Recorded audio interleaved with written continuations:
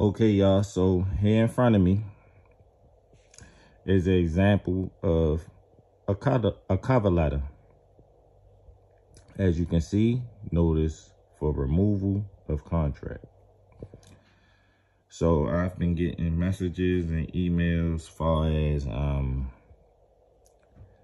basically people wanting me to help them out on far as things of how to discharge debt, get removed from child support, things of that nature. So today what I'm gonna do for y'all is, as you can see here in front of me, show you this example of this cover letter here, so that you understand the work yourself and study this information for yourself, so that you understand and know what you're presenting to these people. Because sure, I can write cover letters and all that stuff for you guys, but the thing of the nature is, if you're not taking the time to study or understand this stuff yourself, then what's the use of it? You can't just sit around and wait on handouts and wait for somebody to do the work for you, and you don't even understand it yourself. Not only that, I have a lot of other things going on myself as well, so I don't always have the time or the energy to do this stuff for people, because it takes a lot of time and energy, and it's not an easy fight as well. Sure, I'm bringing the awareness and the information and the tools and weapons you need so you'll be able to fight in this mental war that they have on everyone's brains. But in the same token, you have to be willing to stand on business. These people are not going to roll over. When you're presenting them with this information, they hate when people are educated and understand the laws and knows what's going on. Some of them not even aware themselves of what they're doing to us as the people, because at the end of the day, people don't read. So quoting the Bible that states that my people are suffering for a lack of knowledge. So that's where a lot of the problem comes into play with this stuff. Because as people, we're not educating or informing ourselves. We rather do other things. But anyway, you have to be willing to stand on this. And before we get into this cover letter, I'm going to go over all the case laws that's actually in this book, information, United States codes and stuff, so that you can input these in your cover letter when you're writing them and presenting this stuff to these people. For example, one right here, 42 USC 666. Make sure you read that. The United States Code proving and stating that child support is fraud. Another one, Title 4D of the Social Security Act, 42 USC 651 to 669B. Read it, people. It's proven that child support, once again, is fraud.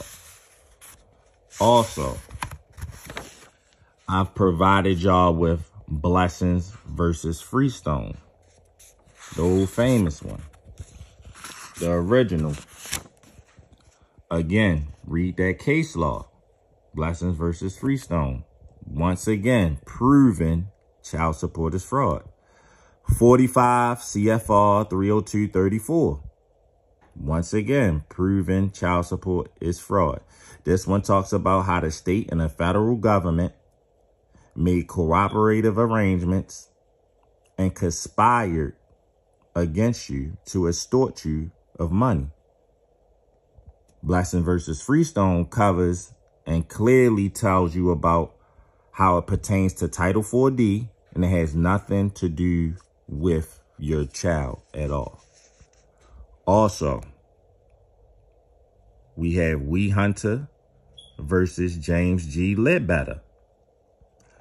Once again, another case law proving that child support is fraud. Again, another one.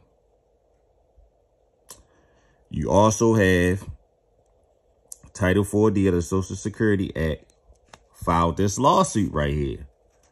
42 USC 1983.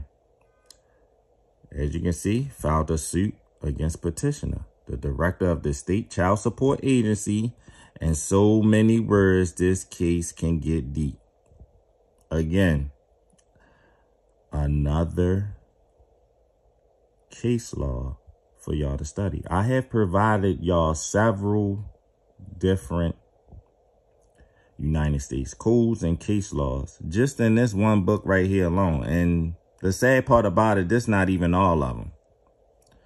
So that's just this one little pamphlet book that's given case laws, United States codes that you can put together and include in your cover letter when you're submitting this and turning this in. And when you're writing your cover letter to these child support agencies and state treasurer, whoever you're going to send it to, make sure you send it certified mail so that you know that they received it, because you're going to get that certified mail receipt back in the mail because they're supposed to return it once they receive it. So that way they can never say they didn't receive anything from you. They don't have acknowledgement or notice of anything that you sent them. So make sure you sending it in certified mail. And when you're writing them, the same way when they write you and tell you you only have 10 days to respond, 30 days to respond, 60 days to respond, whatever the case may be, make sure you return a favor. You do it as well. As you can see right here, when this person wrote their cover letter, they gave them a time frame in which they can respond.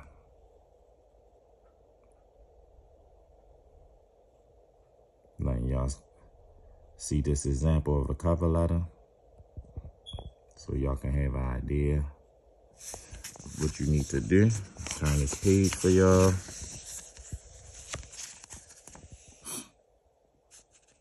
Look, Supreme Court case, Blessings versus Freestone. Read it, people. Look, Title 4D, 340 to 349. Read this stuff, people.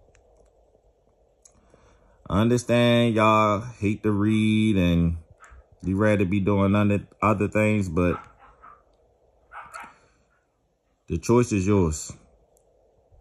I'm here to bring the awareness, inform you, and educate you, and prove to you that it's a battle for your mind. That's all this is. It's war on the mind. And the more we don't educate, inform ourselves, the more we'll keep going through things like this. See? I'm giving this corporation 10 days to respond to this letter.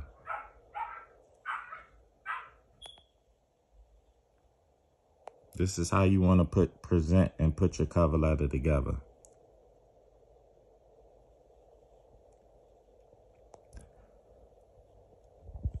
Again, I'll show y'all these. Some more case laws over here.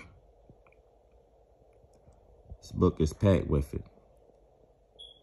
Again, people, the choice is yours. And you have to be willing to stand and fight for this. It's not an easy fight. But in the same token, you don't want to roll over neither. I'm out. Till next time, peace.